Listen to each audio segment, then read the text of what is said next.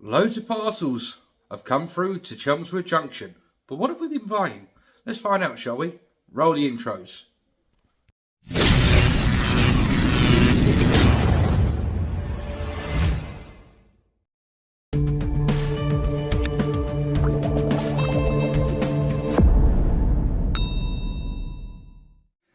Hello YouTubers and welcome back to Chelmswood Junction. I'm Peter. As the title suggests today, we've had quite a few parcels come through the post for the Engage build that's coming up very soon. I'm not going to waffle on much. What I have got is in preparation for DCC control, and also it's in preparation for doing all the dropper wires for the track, and also I have bought a building for the layout, as I'm literally, because of the mistake that I made with building the baseboard, obviously I'm going to have to restart the baseboard. I'm having a complete rethink and I'm going to be doing a depot scene, rather much like my old layout that I donated to Warden Model Railway Club, called whatever it's going to be called yet, I don't know. But we're going to spin the camera around and we're going to have a look at these parcels and see what we've got. So as you can see, there is quite a few. We've got 1, 2, 3, 4, 5, 6, 7 and 8. I'm going to leave the big one till last. First one wasn't a parcel as such. I went out at the weekend, as you know, to the Severn Valley Railway. They had a bit of a sale on. And before you ask, no, I did not pay £55.21. I got this at a bargain at £42. They had a bit of a sale on. This one is, let me see if I can find the ID number. I know it's got a number on here somewhere. Yep, so this is the Graham Farish Seamcraft 42178 Traction Servicing Depot. I have looked inside it. It is all intact. It's all okay. The only problem is one of the lamps on one end is missing. That's not a problem anyway, because I may look at putting my own lights in later on. But it's a nice little model, and it's going to go well with a few other items. Now on the back of these, it shows you other items that you can get for your railway. So obviously, like I just said, I am going to be doing a depot scene. So I will be getting the servicing point. I will be getting the fuel storage tanks. Obviously, you're going to need fueling points. You're going to need tanks to hold the fuel. I'm going to be getting the fueling points. I'm going to be getting the portable offices, the other portable office, that's a single one. And there's a couple more also that I'm going to be getting as well to go alongside all of these. So that one is one that I bought.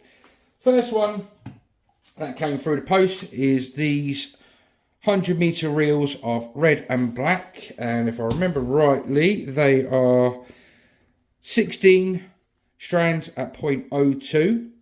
So these are going to be used for my dropper wires from the track to the electrical blocks. And these are the electrical blocks that I get from Amazon. And I'm just going to quickly open these guys. Now, what you get in the pack is you get a pack of red and black connectors. And you get a pack of 5 of these terminal blocks. I'm not going to go waffle on to how I do my terminal blocks. I will do that in another video.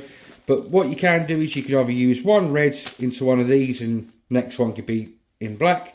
But what I do is I cut these in half and have 6 red and 6 black. So that's the terminal blocks. I'm going to be careful how I open these, so I don't want to obviously give my address away. Third one that's come through this week. And I can get them out. And let me double check the invoice, make sure I've got the right ones, so I think I know they are. Yep. So these are going to be from my DCC control system to the first block. So that is, these are, if I remember rightly, let me just double check, 32 strands at 0.2 again. So they go along with those ones there. And the third one, again, I'm going to try and hide the wiring. If I'm correct, these should be, yep. And these two are 24 strands at 0.2. These go from block to block. And then obviously the reels will go from the track to the block. So that's all the electrical side of things that I've got. Also purchased a Satra S-LED 926 soldering station, and I'll quickly open this and show you what you get in the box. Obviously you get the instructions. I got these from WJD Tools. I will leave a link in the description to their website, so if you want to go and purchase these, then I will do that as well. And all the wire as well, I'll leave the links to where I bought them, but the wires I got all from eBay. And obviously the terminal blocks I got from Amazon, and I will leave a link to them as well. So in the box you get another little box here, which I'm going to quickly get opened up and get all the bits out. So straight away we get a nice reel of 63% tin and 37% lead solder. So that's going to be, and it's at a thickness of 0.8 millimeters. Not going to go very far, but it will do as a starter. A solder suction mechanism, so if you warm your solder up and you want to get rid of it, and then this will suck it up for you. You just basically put the plunger down, put that near the solder, press the button, and hopefully it sucks it up. Also in the box, oh, this is quite tight this is, you get all the different attachments for the soldering iron itself. And trying to get this bit out, it's a bit tricky. There we go. And that's obviously where the soldering iron will sit. They do provide a little reel for the solder to sit on, but these are a bit awkward and cumbersome, so I always leave this off. If you want to fit this, you can, but I never bother with that bit.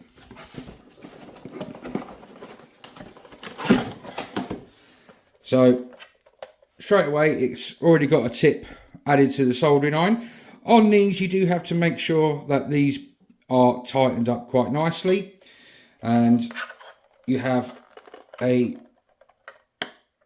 cleaning station at the back here, if I can quickly get it open, which should contain brass wire in there, so you can clean your tips if you haven't used your soldering iron for a little while. And what's just dropped on the floor is a sponge that goes in that part there. You make that wet and you can clean your point off, so that's all nice and clean. And you've got your temperature control there, and once you set the temperature you can actually lock it there as well. This bit here goes into the back of there like that, and then your soldering iron fits in there like that quite nicely. So that's the soldering station.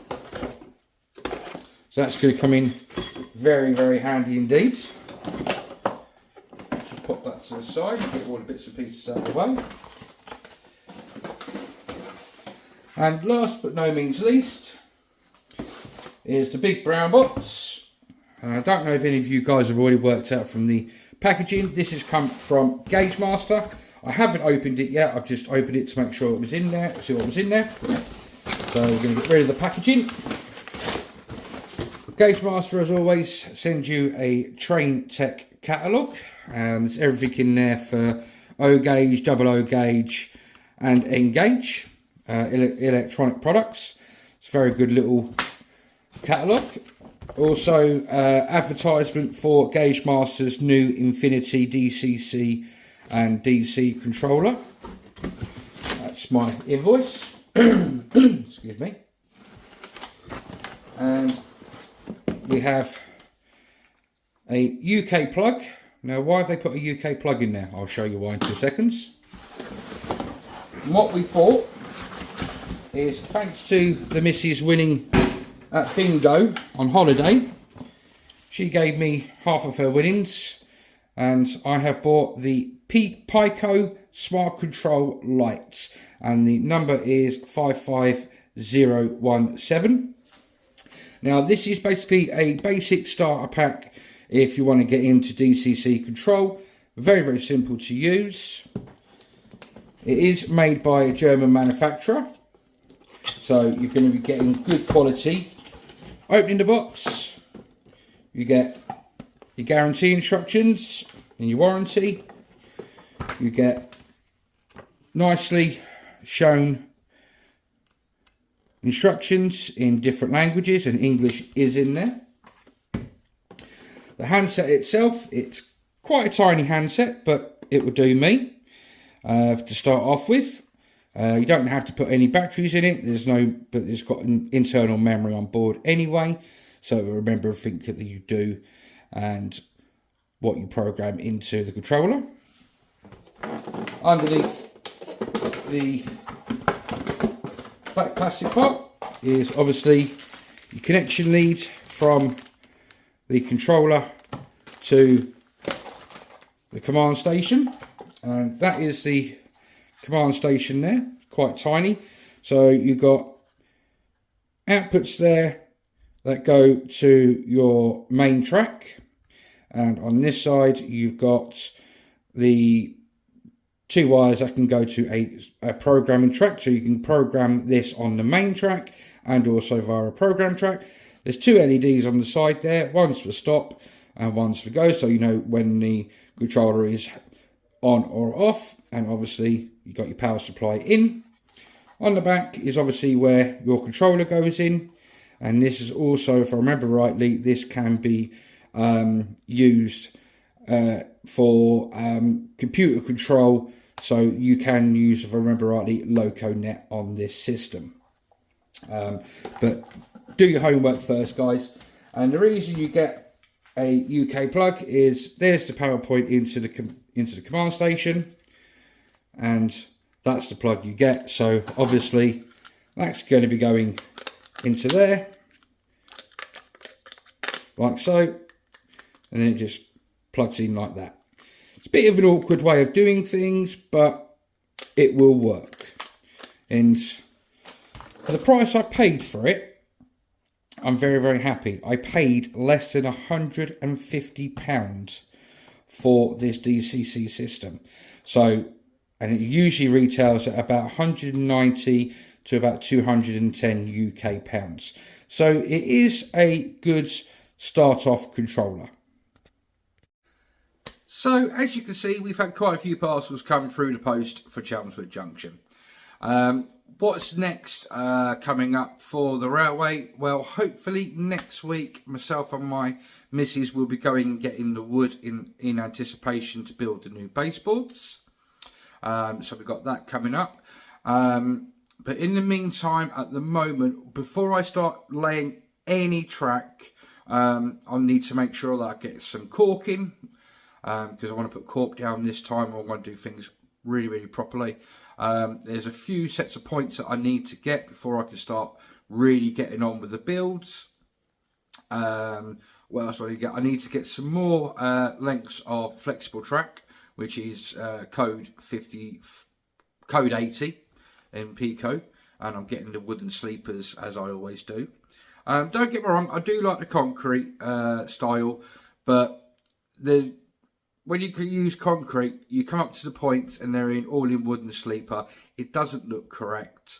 I know it does happen on the real world, but now majority of railways, they use concrete ties for the rails, for the track geometry. So I'm going to stick with wooden sleepers. Like I said, I'm going to be doing a depot scene. So like I said, I'm going to be getting the washer plants. I'm going to get 2 of those. Fuel points, at least 2 of those. a servicing point, which is going to go alongside the one that I've already bought, but that's going to be like just the one side one that I showed you on the packaging. Offices I've obviously got to get. Shed wise, I'm going to be looking at probably going down the Piko shed route, which is the ones that you have to put together, and you can build them in multiple units, which is what I used to have on my old Engage layout that I had here.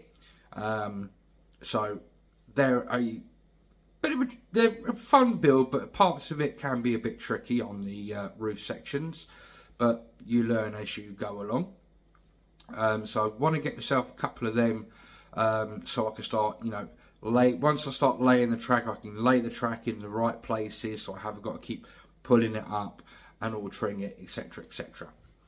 Hope you enjoyed this video, guys. If you have, please, as always, smash that like button down on the left hand side. If you've got any questions or comments about the products that we've had come through today, then please leave a comment or a question down below. If you're a subscriber of mine, great big thumbs up. Thank you for staying with me. And if you've just joined the channel recently, welcome to the channel. Hope that you're enjoying the content so far, and I hope that you enjoy future content. If you're watching this video and not a subscriber, you know how it works. All you have to do is hit that subscribe button down on the right hand side, click on the little bell, select on all, and then you'll get notified of all the videos I publish in the future. Until the next time, guys, if you want to carry on watching videos from my channel, there should be a link coming up here and here. But until the next time, guys, look after yourselves, protect your loved ones, but above all, happy modelling. And at the moment in the UK, stay warm, and bye-bye from Chelmswood Junction.